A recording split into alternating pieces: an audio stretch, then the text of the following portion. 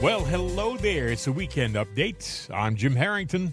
And I am Bill Knight. That being the case, I should remind the people that have time zone, well, not time zone changes. Imagine if we did that. Yeah. But they spring forward or fall back. Yeah. There are some places like Arizona that goes, I'm not You don't going do it. Yeah, no. Yeah, I'm not messing with that clock. It'll stop working. The battery's been in there for years. But, for the rest, just remember tonight before you go to bed, set your clocks forward by 1 Tonight is hour. the time you lose an hour. Yeah. You lose an hour of sleep because you set it ahead. Spring Which ahead, is why we're going to do one extra story in our podcast today, so you gain a story. You lose an hour tonight, but you'll gain a story. Yes. And you'll gain so much logic and knowledge that it'll just... it makes up for the loss of time. Oh, what are you smoking? I don't know, but if you see it, tell me what it is so I can get some more. Yesterday, Jesse Jackson, I guess his funeral was yesterday, and all okay. the Democratic dignitaries were showing up. And Isaiah Thomas, who's a great basketball player, right? He was there speaking, but you cannot equate athletic prowess, athletic talent with intelligence. I'm just saying. Right. He was up there at the podium, and, he said this about the presidents who were at the funeral. Listen. I also like to honor the 5 presidents who are sitting here today.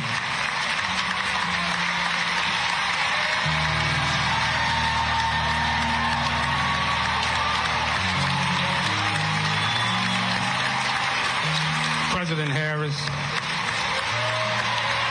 President Clinton,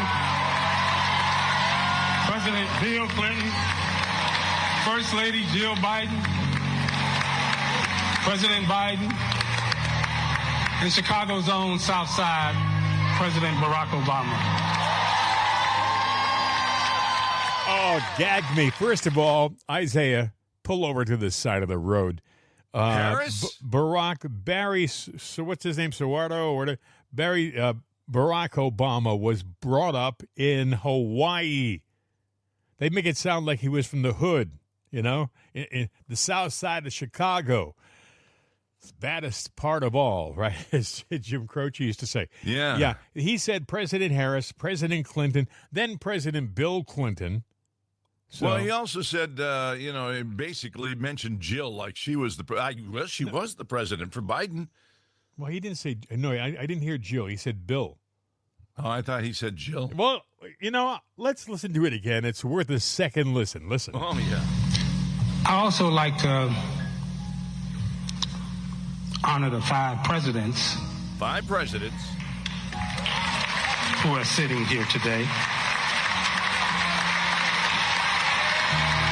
Hallelujah.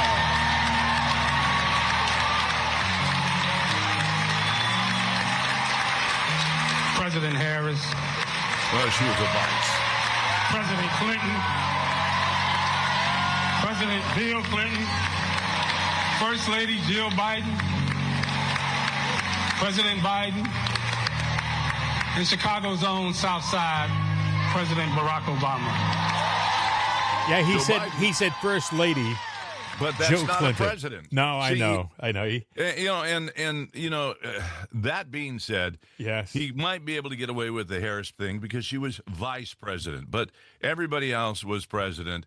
His numbers are wrong. His information is wrong. It was a stretch, and but that's what they are. But maybe they're trying to project her as the rightful and next president because Well, that that's it. seems to be what they're doing. Do you remember? Seems like it was just yesterday that they on the left were calling us election deniers for saying that the elections were fraudulent. They called us election deniers, but yet here's Isaiah Thomas and all those people at the funeral essentially denying the fact that Donald Trump is the legitimate president now and that Kamala Harris got her gluteus maximus kicked in the election. Well, they say she didn't. It was all just a It was a lie. They say that she had more votes than he did. Now, maybe in their way of going back and recounting and stuffing ballots after the fact, that she won on a different planet. It may be so. I mean, maybe she.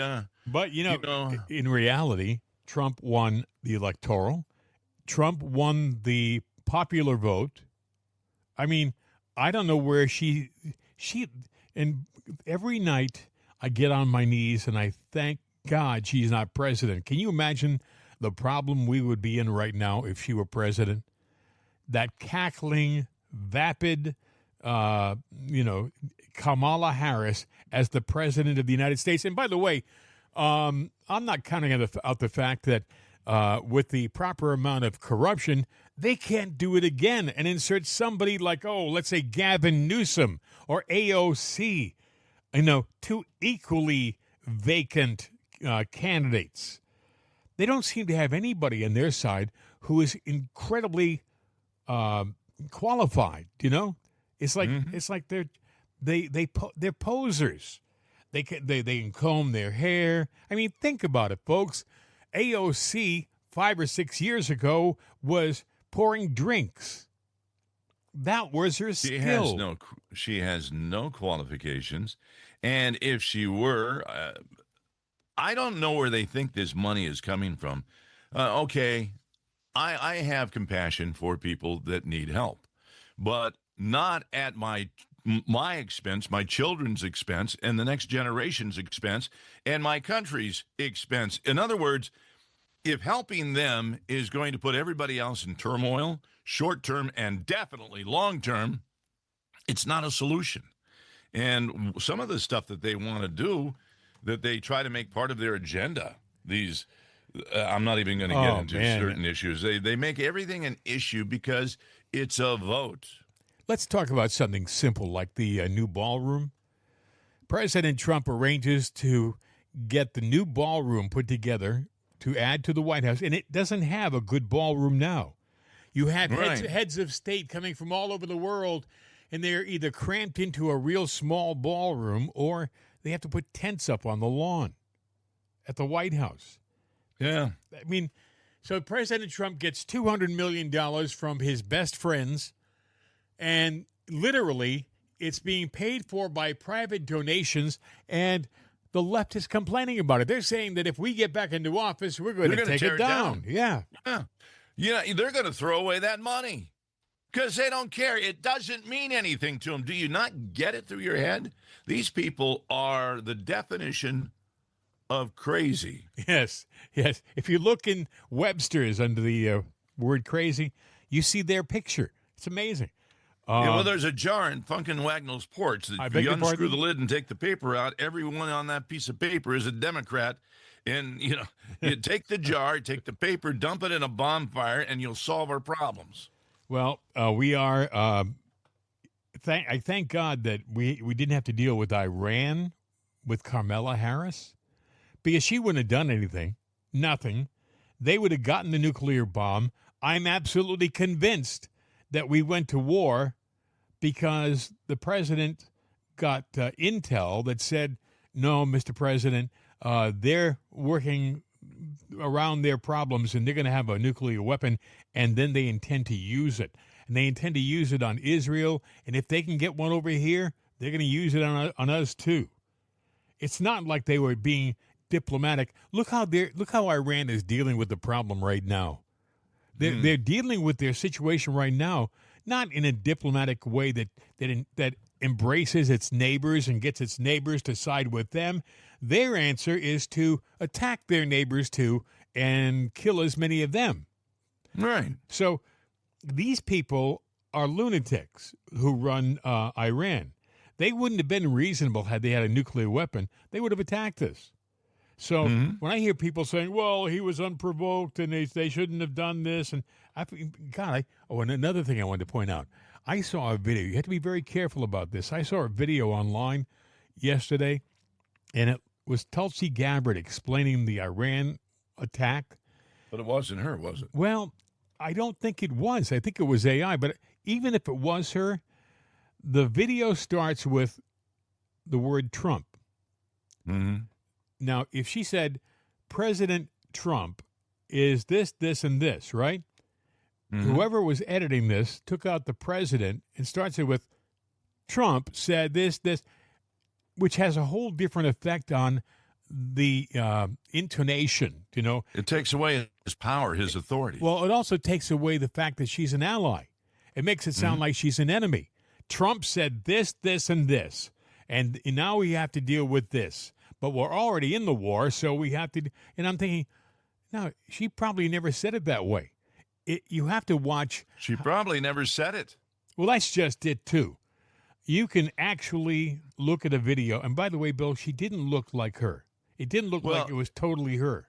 From a linguistics point of view, you sit there and you listen. Everybody has a way that they talk. I have a way I talk. You have a way that you talk. We have speech patterns. And even if we try to disguise it, it takes a lot of work to do that. And one thing about Democrats, they have been trained that Trump is not my president. So you're not going to say President Trump. You're going to say, that idiot, that clown. That's how you're going to preface him, if you preface him at all. And they think Trump in their mind, it is a foul, vulgar name. So when you see something that goes, Trump today said, that's a left-written statement, and it's not intended to be flattering. And by the way, sometimes even somebody on the right may make a statement that if you edit it properly, or you edit it effectively, you can change the intonation and the meaning of what was being said. Mm-hmm. If someone says President Trump started this war because he did this, and in turn, if you edit it, you can take out the president. You can just have it start with Trump started this war, period. You can end it like that. Trump did this, and it makes it sound. It turns a positive response into a negative response. Trump is guilty of a lot of things that he's not really guilty of, but it's guilt by assumption. They will sit there and go, Trump is all over the Epstein files. Well, so are a lot of people. Trump's all over the Epstein files. Oh, look at all these girls. Okay, those are two separate statements, but they're put side by side so that you make the assumption, you infer, you assume. You know who's in the Epstein files? Janis Joplin is in the Epstein files. Well, Janis Joplin died in 1970. The Democrats are, they want the full unredacted release of files, but they don't want the full unredacted release of all the files, just enough so they can make more assumptions and try to make his name was next to this, so it's got to be him. And there are two separate sentences, two separate statements, but they want to infer it. Now, I happen to know that there are a lot of prominent Democrats that are all over the Epstein files directly in the same sentence associated with something very nefarious. Let's release those. If we're going to air the laundry, let's we never got an answer. There. We never got an answer during the hearings as to why Epstein spent, 17 nights as a guest at the White House under Bill Clinton? And who was president? Bill Clinton. Why? Yes, of course. Okay, why? We didn't get an effective reason, an answer as to why Bill Clinton spent 28 times flying on the Epstein jet. We never got an honest answer. We got Bill with his smile. Well, it all depends on your interpretation of what is. I never had any association with that woman. I got to tell you, when they were, I watched some of the his answers, and at one point they showed him the pictures of him in the pool, with Ghislaine Maxwell and some other unknown woman, and or two, and when they handed him the pictures to look at, Bill took the pictures, kind of looked at him, and he kind of smiled, and instead of handing them back quickly, he kind of, Memories. Exactly. As a matter of fact, his attorney had to take the pictures out of his hand because he was getting so excited looking at that moment. Yeah, he was getting. I remember this. He was getting something that Hillary couldn't give him in years. God forbid, but there's a party that you say, well, if I was married to Brunhilde Oxnard there, I would probably be looking Be careful somewhere what you else say too. because she's got somebody listening. If she doesn't like it, I'm just saying, your hair fibers and hers might be found in a rug rolled up somewhere with your body in it. in Fort Marcy Park. Yes. Oh, jeez. That's true. They have a tendency of doing that to people. Hey, Weird how that happens. another topic, another thing happening. They're beating the living daylights out of Iran right now, and I hear people on the left saying, "Well, we're gonna run out of ammunition." No. They made sure we had enough before we went in. Well, you know what I heard? What? Trump today. Now, there's two things that were said. Number one, he's giving them a chance. He's calling for their unconditional surrender. Yeah. Yep. And number two is wait until tonight. It is going to be the hardest, biggest hit yet. Well, I thought that was last night. Was it last night? I thought I think morning. Scott Besant said it. Scott Besant said yesterday, wait till tonight, which would be last night. Yeah, but did they? I think it was pretty heavy last night. Yeah, I think it was a. I think there's more to come because he is asking for the unconditional surrender. And I think, it's going to rain. The sewer plant's going to blow up over their head. It's going to be that kind of storm. Victor Davis Hanson, who, by the way, has been ill, and thank God he's getting better. He's a real, he's an intelligent conservative pundit. He had some thoughts as to the strategy, and listen to what he says.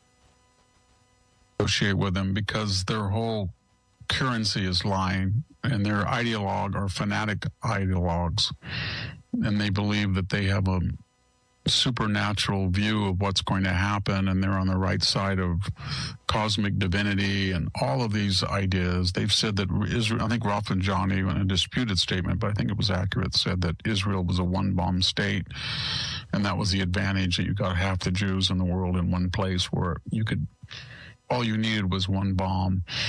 So you can't negotiate. I think their strategy, to tell you, was kind of a Muhammad Ali rope-a-dope, where they were going to write it out, and then Trump would be gone in 3 years, and people would be angry, and you'd get a Joe Biden, or better yet, type of puppet of the left, but better yet, you would get an AOC or a squad member or Newsom or Harris, and then you're home free to get the bomb, because they would not do anything. That was the strategy, and I think it would have worked, actually, if Trump had let him off the hook.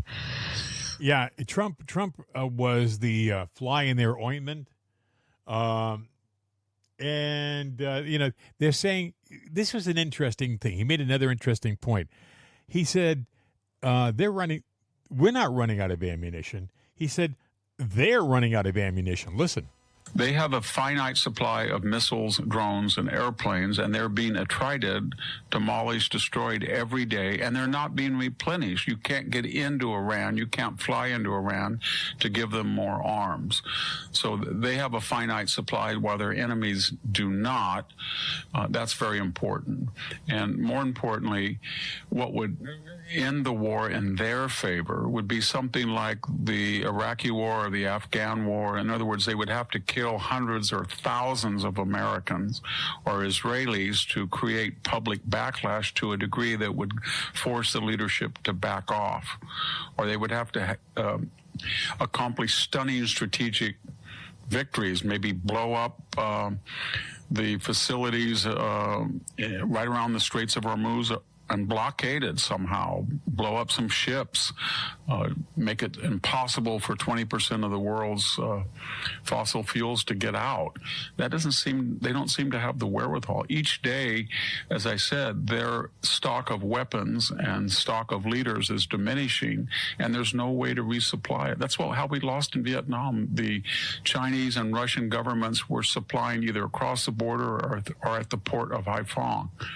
And that's why we didn't win in Afghanistan, because there was an open border with Pakistan, and that's why we had trouble in Iraq. Syria was transferring weapons into Iraq, but this is different. We can isolate the entry and exit into Iran with air power, and we have done that pretty well. That's Victor Davis Hanson, and he's right. You know, I'm wondering if during this Trump administration, we've learned a new way to fight wars where we've lost in the past. Now, I'm not saying that we didn't intend to lose because, like we've said before, the military-industrial complex, they don't care that our hardware gets blown up because they get to make new stuff and make more money from us. Suckers. Yeah. Well, I heard something interesting. We have gotten so good at this war here in Iran, that we're now targeting police stations in places like Tehran. You're saying, why would we target police stations? Because they go out and they punish the demonstrators. They get the people off the streets. And what we're trying to do is make it easy for the people to come out of their houses and to start showing their enthusiasm for what's being done. And then from that, maybe a leader emerges. Now, Bill, they're pushing, I may have mentioned this before, Pahlavi, who was the son of the Shah of Iran, as being the successor. And I don't think he spent much time in Iran at all. I think he and his father were shipped out of Iran in 1979. And I think that, he wants to go back and take control of the country. And he says that he only wants to go there until a democratic government can be put in place. But they always say that. Yeah, that's powerful words that mean nothing. Yeah. And do we really want to take the chance on that? Yeah. Now, he seems like a very Western, very positive kind of guy. I've seen him interviewed on Fox. You have to ask, why is Fox pushing him? He's been on Maria Bartiromo's show. He's been on Fox and Friends. He's been on the afternoon shows. He's been a guest here, a guest there. It's like Fox has a vested interest in seeing this guy become the head of the country. And maybe they do. I don't know. But well, I would. Go ahead. It's a possibility. It's not. It's not like our media hasn't been bought before and controlled. Yeah. Well, I don't know whether he's the answer. What I'd like to see is a democratic, very Western-style government emerge with a president and a Congress of sorts elected by the people with maybe their own version of the Constitution. They can style it based upon ours. They can do anything they want to know. If we have listeners at this very moment listening in Iran, and we may have listeners in Iran, this is your opportunity. You can do it's a clean slate. The opportunity is yours. And if you like the United States and you want to copy it, now's your chance.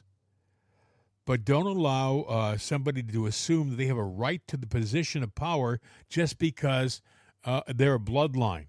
And now, if you guys want Pahlavi, if you want this guy to be the bring him in, head, but we'll be at this stage again sometime. Yeah, well, we might be, yeah. But maybe he's going to be the good guy that he presents himself to be. Maybe he'll be perfect. Who knows? You'll have a better handle at this. But if you do bring somebody in right now, I would suggest that you have some kind of an exit strategy in case he doesn't pan out.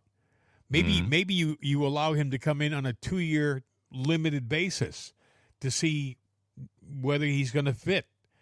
And if he doesn't fit, you have the right under a new charter to fire him, send him on his way. So It'll be interesting. We have a lot of people talking about what's happening.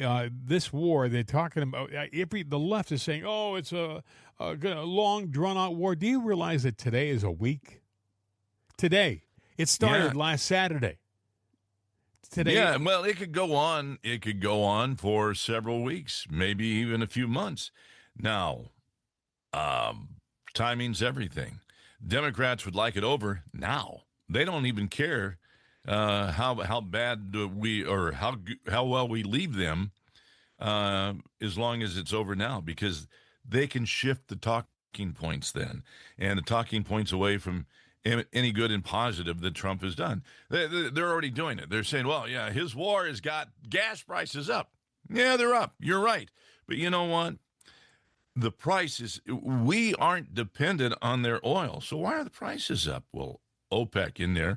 OPEC, for whatever reason, is considered the god of gauging the price of oil. Maybe we need to change that structure a little bit.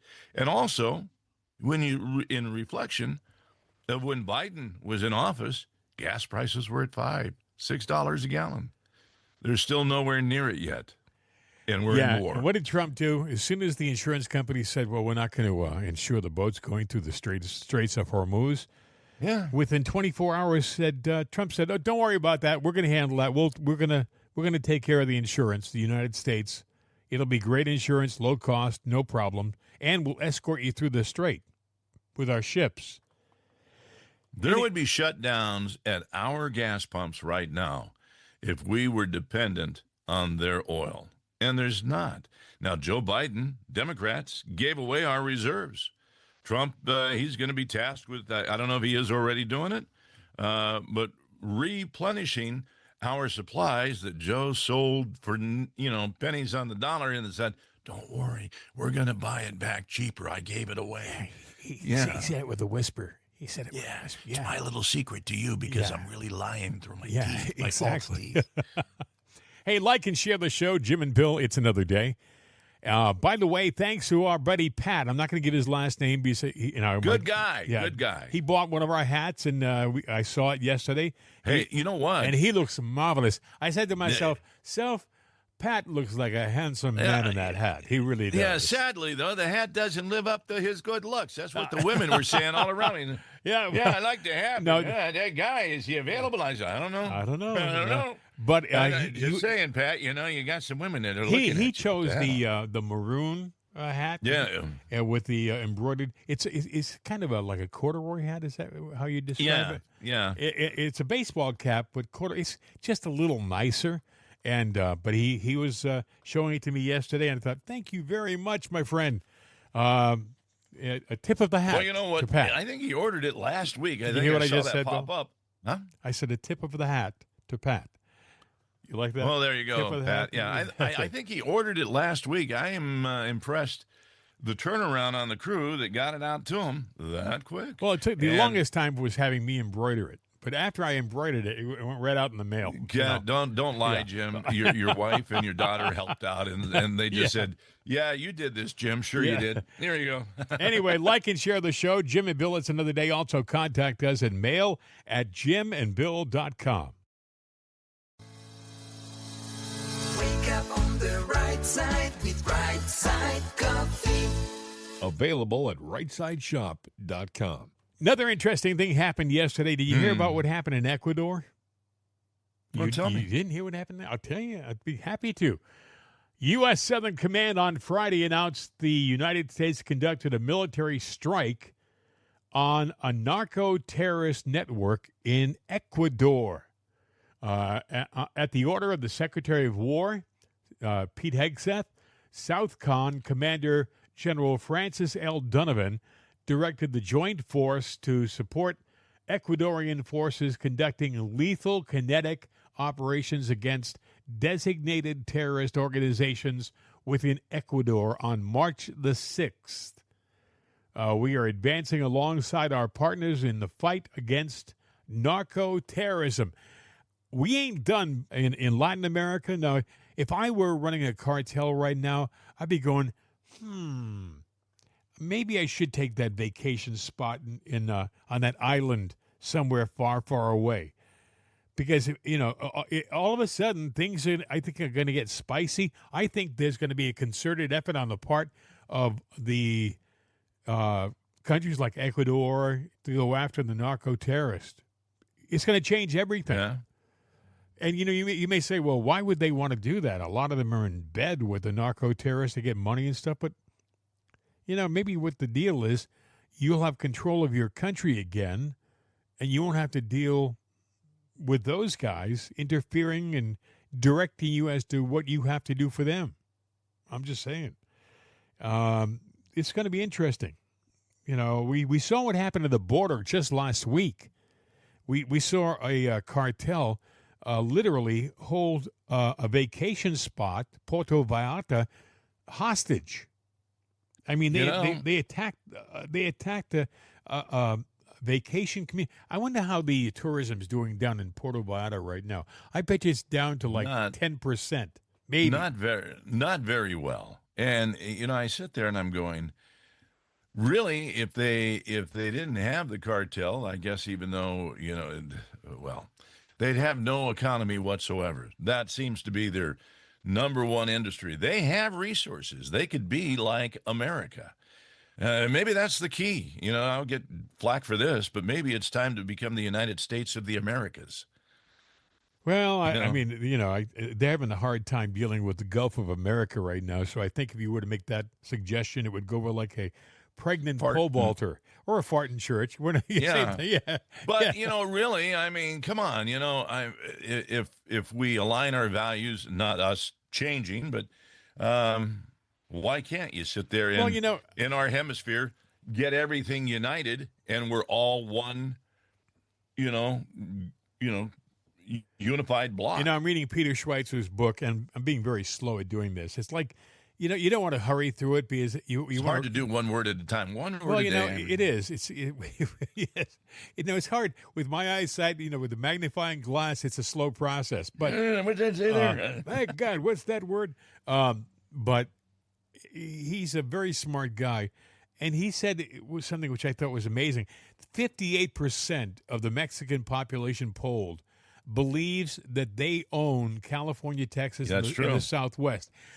And in doing so, they believe that they're entitled to come across the border unchecked whenever they want to and stay as long as they want because it's theirs too. Now, mind you, we got it in 1848? We got California. We took it over. We've done a lot of improvements since then, folks. We put a lot of money. I mean, California in 1848 was wilderness. It was just before the gold rush. It was literally small, rural, distant communities, most of them reachable only by boat. You had to go around South America to come up to California. You couldn't even cross over through the Panama Canal because there was none. It was, and if you traveled out there by wagon train, it took you months. And it was a very dangerous process. So when I hear them talking about those people down in South America, in Mexico, they're talking about California today like it's theirs. Hey, you guys didn't build that. You guys don't own that. It's not yours. You guys, by the way, didn't fight 2 wars to defend it. I mean, it's had a strong economy. I mean, the only way to destroy that economy is to get someone like a Gavin Newsom. I was just going to say that. Yes. They do have Gavin, okay, yes. And he has got it into the trillions. All right, so I take that back. Yeah. He's taken it to places where it's never been before. Oh, yeah, if you were going to dig a tunnel to hell, yes, he's almost there. Yes, he's the digger. Yep, he sure is. But he's really good at combing his hair. You have to admit, the guy he greases that hair back. And he spends more time on the road talking on podcasts about himself than he does governing the state. Well, when you ask him a question that requires some thought and knowledge, you get the Gavin. You get that distant stare. That distant stare and a change. And, he's almost put a dress on him, and longer hair. He's all of a sudden, he'd be Harris. No clue at all. Exactly. Maybe she is him in drag. I don't know. So what do you think about us going into Ecuador? Now, we went in with the Ecuadorian troops when we supported them, but we still had, I guess, our planes flew in there and took them out. Is this the beginning of a cleansing process, do you think, in that whole area? It could be, but, I fear for, things because we've got a cleansing to do here. There has been so much hate garnered here that there's a time to where hate rots your brain to where it becomes a virus. It's viral. It's an insanity. And I don't know how you can you rehabilitate that? Can you cure that? Or is it something? Well, I mean, based upon, what you see like on The View with Trump derangement syndrome, no, I don't think there's a cure just yet, because these people, you could cure cancer. He could cure cancer, and they wouldn't give him credit. Well, they say time heals everything, but or cures or fixes everything, but a leaky radiator, and apparently a Democrat too. But that's true. Neither one time can fix. The other country that has to be a little nervous right now is what's happening is Cuba. Cuba is. Well, they're getting an ultimatum. Yeah, Trump said, "Hey, it's we're going to be aiming our sights at Cuba in the not too distant future." And I understand they're starting to go. Wait a minute, we got to. They might. Can we talk? Yes. Yeah. Can look? We got time. Do you? We'll talk. Yeah. I saw some meme where they said they're going to give Marco Rubio another job. He'll be president of Cuba. Which I think he'd take, because or the governor of Cuba, and it becomes a state. Wow, his family's from Cuba. Can you imagine if Trump were to free that island, make it a democratic governed island again? I mean, the Cuban community in Miami they'd be dancing in the street for weeks. Because this is what they've prayed for. Their country, where they came from, where they escaped from, would be free again. I think it's a good thing. I think we should do something there. But stand by. I think President Trump has decided. More to come. I think he's decided. Look, they only got like 3 more years, and if the midterms don't go the way they should go, I may have a lot less than that. So I better get moving, and I think he's doing that. He's doing that right now. You had mentioned earlier on the show, and I didn't have the audio about the big bombing was going to be tonight, and I said I think it was last night. The reason why I said that was Scott Besson was on with Larry Kudlow yesterday afternoon, and he said this. A losing military battle where they're being overwhelmed.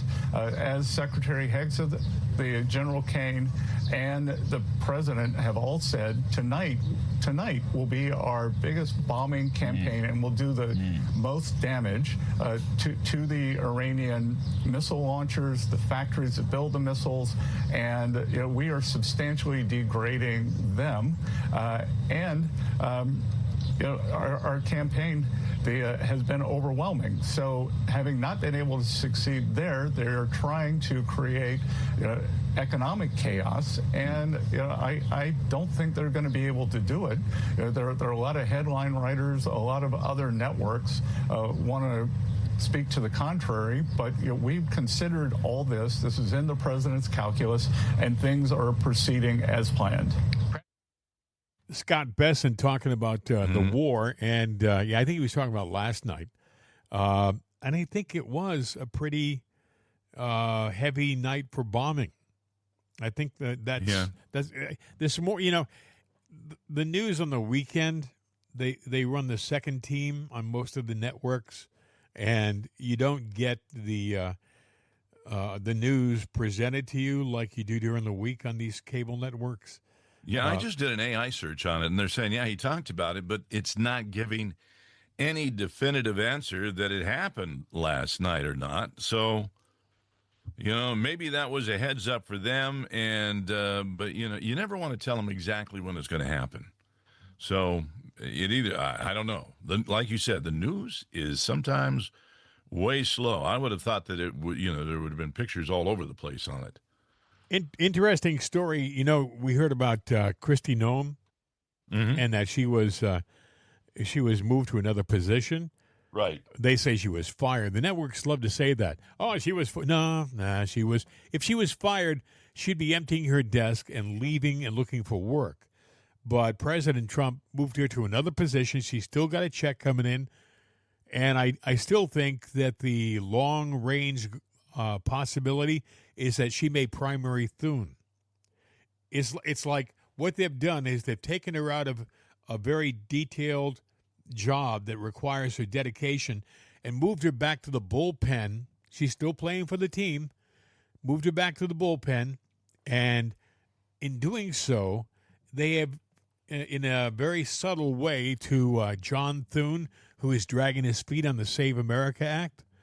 They're saying, okay, John, if you don't work with us, we've got Kristi over here in the bullpen. She's warming up, and we can get her all the funding she needs to primary you. And come to think of it, I'll even endorse her. So what do you think there, John? How's that Save-Back coming along? Up until this point, President Trump had no leverage with John Thune. John Thune was holding all the cards. Right. And he was playing the political game, rope-a-dope, up at Capitol Hill. And he was saying things like, well, it's not a good thing to change the policies amid this, amid that. He was playing games. This is after he had already talked to Trump and said to Trump, well, I'll take care of it. He goes back to the Capitol Hill, and then he starts talking singing a different tune. So I think Trump is... So he's the dope that's getting roped. I think so. Yeah. I think that Trump is fit. Okay, you want to screw around like that? I'm going to replace you, John. You're coming up for a primary, huh? Well, we may make it a little difficult for you to keep your job because Kristi Noem in South Dakota is loved just as much as you are, maybe more so. But here's the problem. The right, if you can say one thing about the Democrats is they stay lockstep. They march in order. They Right. say vote this way, and every one of them, for the most part, with the exception maybe of Fetterman, most of them just do what they're told to do. No thinking involved with being a representative or senator if you're on the left. All you have to do is check and see what everyone else is doing, and you do what they're doing, and that's it. And they send you a check. But on the right, God forbid, we have people who have independent thinking and principles. Case in point, Kristi Noem has gotten herself in trouble with that hearing because she apparently said that the president was aware of something, and now they're saying, well, that was a lie. He wasn't aware. Well, maybe she thought he was. Well, Nancy Mace, a representative, a GOP representative, has decided that she may actually look into it. There may be hearings as to whether she lied to Congress. Listen. I want your thoughts on the big news that happened yesterday. President Trump shaking up his administration, firing Kristi Noem as the head of Homeland Security. Your thoughts on that? Well, I trust President Trump and his judgment here. One of my questions is, Corey Lewandowski, is he going with her? Where is he going in all of this? The second thing is I want to thank, I'm very grateful to Republican Senator Kennedy. I had no idea how much money, hundreds of millions of dollars that Kristi Noem had wasted on her personal PR for all those TV ads that are running across the country that have nothing to do with deporting illegal aliens. And so I'm looking forward to the new leadership. I'm looking forward to President Trump being even more effective with better leaders within DHS. I think this was the right call. Will you investigate her? Do you plan on investigating? We're talking about over $200 million, the whole blanket thing. Do you think there should be an investigation launched into Kristi Noem?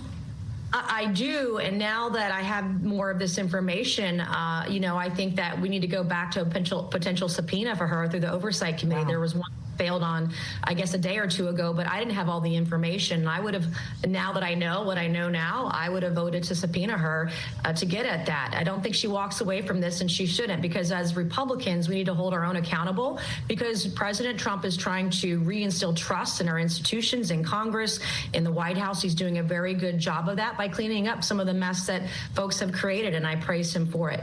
All right, we appreciate the time. That's Congresswoman Nancy Mace of South Carolina. You know, I got to tell you, I have mixed feelings about that, because I think it's good to get answers like she's looking for. But, Bill, I think that he has a short window of opportunity. Yeah. I'm talking about the president, to get stuff done before the midterms.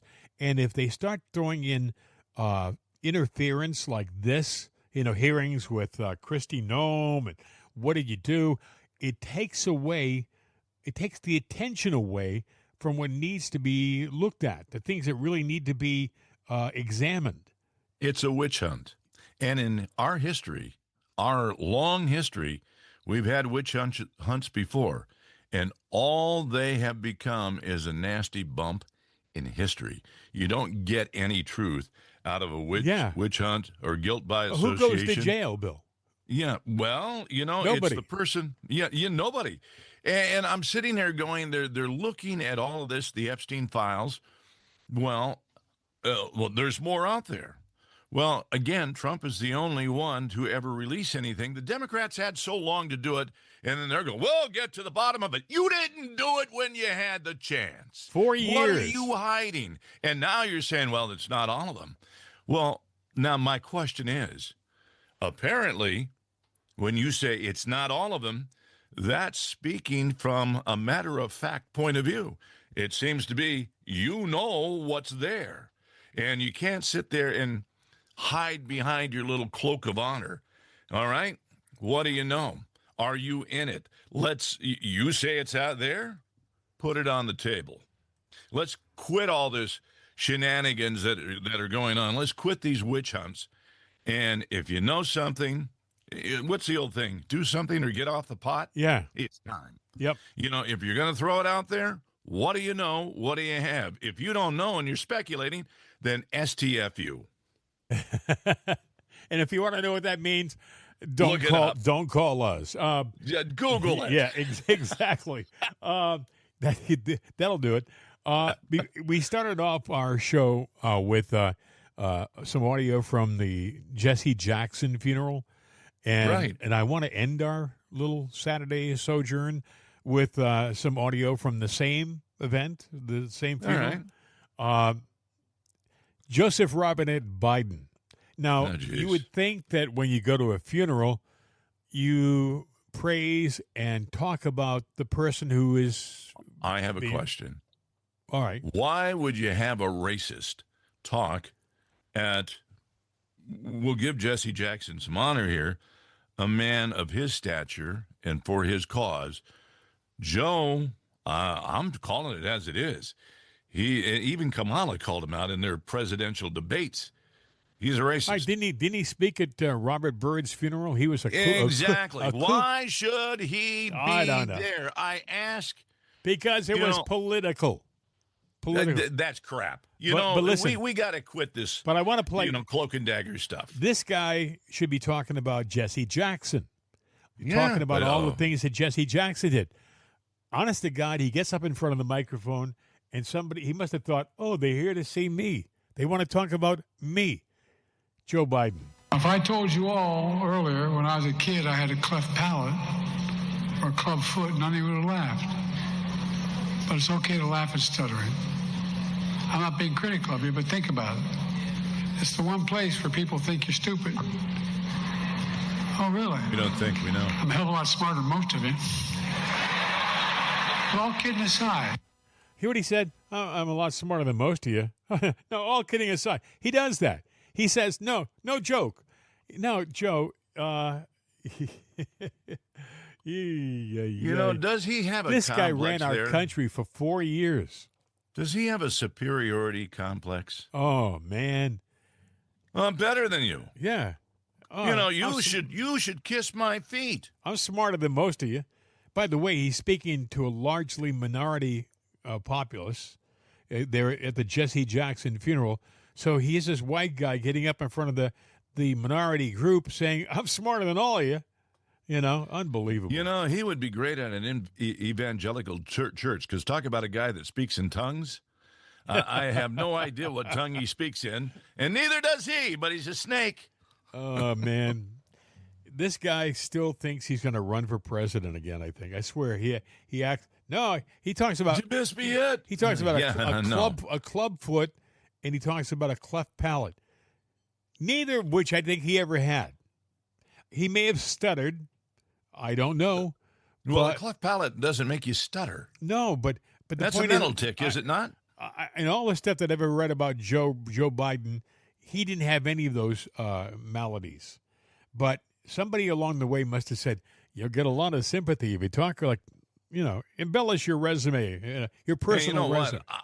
I didn't know until he got into office that he was the athlete that he was, and so popular in the he almost went Scranton into the area. NFL. He almost went into the only thing that stopped him from being an NFL player was lack of talent. Yeah, well, that's a small hurdle. Yes, that's a small hurdle. True. Look, I've got friends in the NFL. I've had other friends that some are no longer with us. Joe doesn't have it. Joe does not have it. Never did, never will. Only in his dreams, and even then, he's a bench warmer.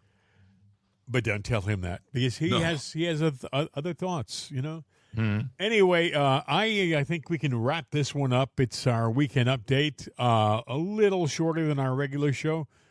Not much. Looking at the clock, I mean, right now we're like 4 minutes shorter. We did it again. It's a weekend show, so what do you expect? Come on. Yes. Because I have a hard time roping Jim in, ladies and gentlemen. Oh, yeah, I know. I mean, I just sit here and I listen. Yeah. I learn a yeah. lot. Yeah, right. You don't say a word. No, I don't. I do not say a word. It's because you have nothing to say. That's true. Look, you've heard of Shallow Hal. I'm Shallow Bill. That's just the way it works. No. Hey, listen, again, thanks for making us a part of your life.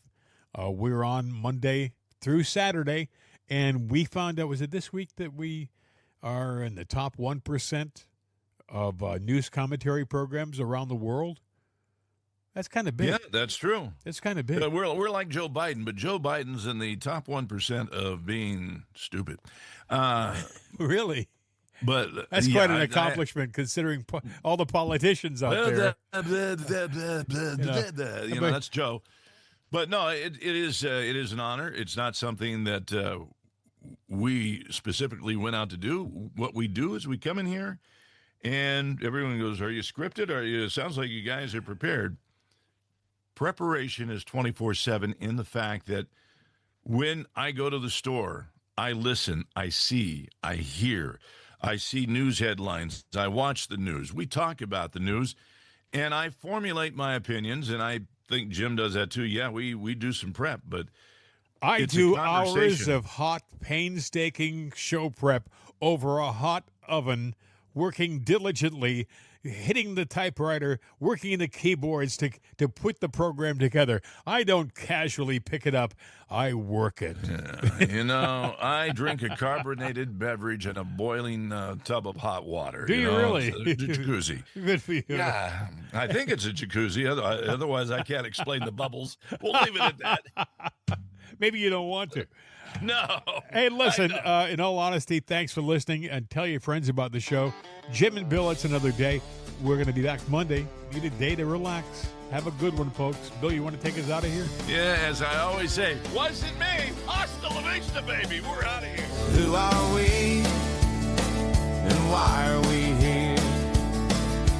Will we be welcome or possibly feared? Do we unite and stand tall as a nation of one, or split and divide, or be mocked and shunned? Are our leaders patriotic, honest and true? Do they share our beliefs? Are they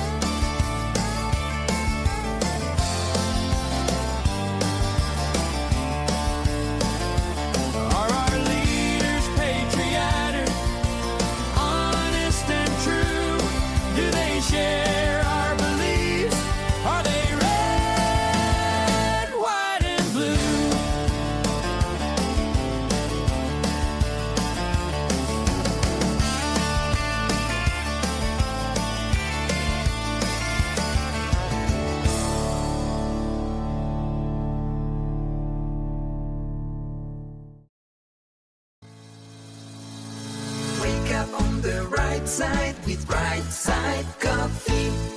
Available at rightsideshop.com. All music the property of Jim and Bill. All rights reserved. This is CRN America.